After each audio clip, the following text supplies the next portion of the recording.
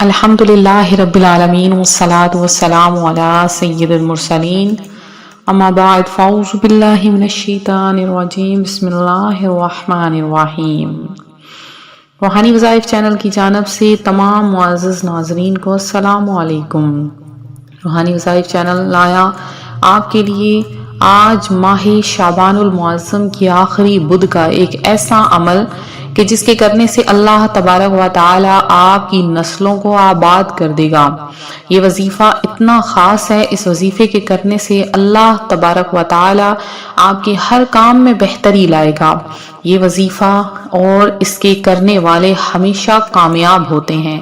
اس وظیفے کی برکتیں اتنی زیادہ ہیں کہ اگر اس وظیفے کو کر لیا جائے تو پھر آپ کو کبھی بھی کچھ نہ کرنا پڑے گا۔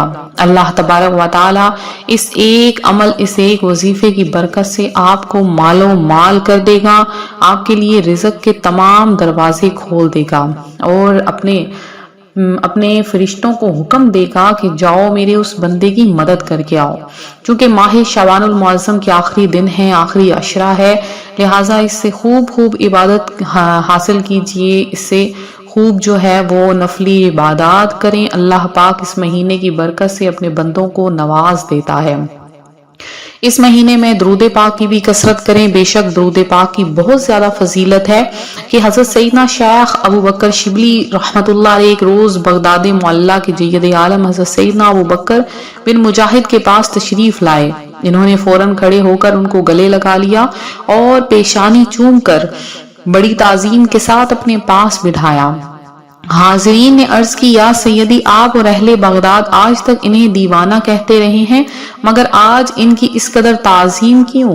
جواب دیا، میں نے یوں ہی ایسا نہیں کیا، الحمدللہ آج رات میں نے خواب میں یہ ایمان افروز منظر دیکھا کہ حضرت سیدنا ابو بکر شبلی بارگاہ رسالت میں حاضر ہوئے تو سرکار دو عالم صلی اللہ علیہ وآلہ وسلم نے کھڑے ہو کر ان کو سینے سے لگا لیا اور پیشانی کو بوسہ دے کر اپنے پہلو میں بٹھایا۔ میں نے عرض کی، یا رسول اللہ صلی اللہ علیہ وسلم، شبلی پر اس قدر شفقت کی وجہ؟ اللہ کے پیارے حبیب صلی اللہ علیہ وآلہ وسلم نے فرمایا، یہ ہر نماز کے بعد یہ آیت پڑھتا ہے کہ لَقَدْ جَاءَكُمْ رَسُولٌ مِّنْ أَنفُسِكُمْ عزیز علیہ ما عنتم حریص علیکم بالمؤمنین رؤوف الرحیم، اور اس کے بعد مجھ پر درود پڑتا ہے۔ رسول اکرم صلی اللہ علیہ وآلہ وسلم کا فرمان ہے، شعبان شہری و رمضان شہر اللہ، یعنی شعبان میرا مہینہ اور رمضان اللہ کا مہینہ ہے۔ ماہ شعبان المعظم کی عظمتوں پر قربان اس کی فضیلت کے لیے اتنا ہی کافی ہے کہ پیارے آقا صلی اللہ علیہ وآلہ وسلم نے اسے میرا مہینہ کہہ کر بلایا ہے۔ اس مہینے میں نیکیوں کے دروازے کھول دیے جاتے ہیں، برکتوں کا نزول ہوتا ہے، خطائیں مٹا دی جاتی ہیں اور گناہوں کا کفارہ ادا کیا جاتا ہے۔ اور پیارے آقا علیہ الصلوۃ والسلام پر درود پاک پڑھنا اس مہینے میں سب سے زیادہ افضل ہے۔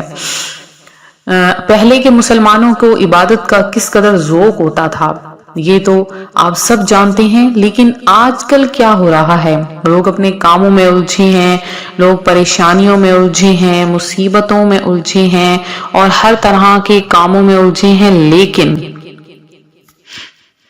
اب چونکہ ماہ شعبان المعظم کے بعد رمضان المبارک کا مہینہ آنے والا ہے، لہٰذا ابھی سے تیاری کر لیجئے، ہرگز غفلت میں نہ گزاریں اور آنے والے دنوں کے لیے خوب تیاریاں کر لیں۔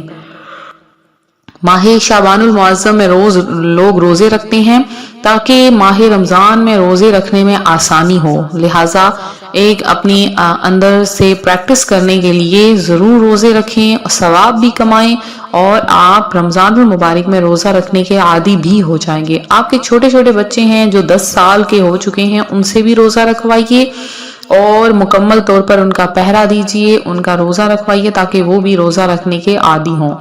حضرت سیدنا اسامہ بن زید رضی اللہ تعالیٰ عنہ فرماتے ہیں کہ میں نے پیارے آقا علیہ الصلوۃ والسلام سے عرض کی کہ یا رسول اللہ، میں دیکھتا ہوں جس طرح آپ شعبان المعظم میں روزے رکھتے ہیں اس طرح کسی بھی مہینے میں نہیں رکھتے۔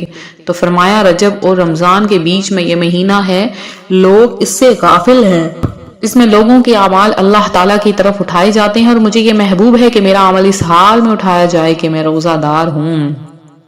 اس مہینے میں کیا ہوتا ہے؟ اس مہینے میں ہر سال مرنے والی جان کو لکھ دیا جاتا ہے۔ پیارے آقا علیہ الصلوۃ والسلام اس مہینے میں اس لیے روزہ رکھتے اور فرماتے کہ میرا وقت رخصت آئے اور میں روزہ دار ہوں۔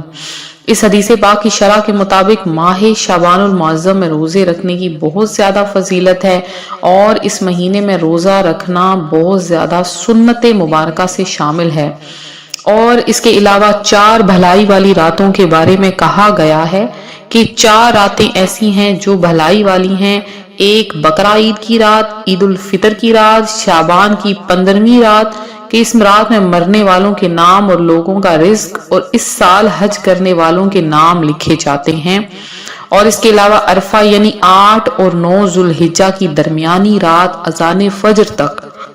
تو روحانی وظائف کے معزز ناظرین، شعبان المعظم کی 15ویں رات میں بہت ہی زیادہ نازک فیصلے کیے جاتے ہیں، اور اس شعبان المعظم کی 15ویں رات میں جہنم سے آزاد کیا جاتا ہے لوگوں کو، اور اتنے لوگوں کو آزاد کیا جاتا ہے جتنا بنی کلب کی بکریوں کے بال ہیں، مگر کافر، عداوت اور رشتہ کاٹنے والے، کپڑا لٹکانے والے، والدین کے نافرمان اور شراب کے عادی کی طرف نظر رحمت نہیں کی جاتی۔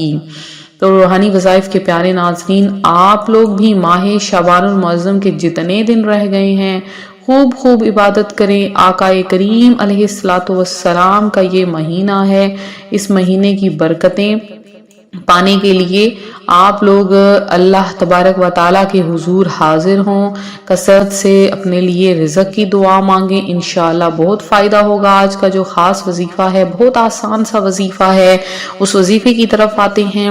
24 شعبان المعظم بدھ کا دن، بدھ کے دن کے بارے میں کہا جاتا ہے کہ یہ قبولیت کا دن ہوتا ہے، اس میں ہر دعا قبول ہوتی ہے۔ آپ نے فجر کی نماز ادا کرنی ہے، فجر کی نماز ادا کرنے کے بعد ایک آپ نے سادی سی روٹی پکا لینی ہے، ایک آپ نے روٹی بنانی ہے۔ یہ وظیفہ آپ ظہر کی نماز تک کر سکتے ہیں۔ اب آپ نے کیا کرنا ہے کہ ایک روٹی کے اوپر آپ نے اپنے ہاتھ کی انگلی سے، اپنے ہاتھ کی جو انگلی ہے اس سے آپ نے لکھنا ہے، پینسل وغیرہ یوز نہیں کرنی ہے۔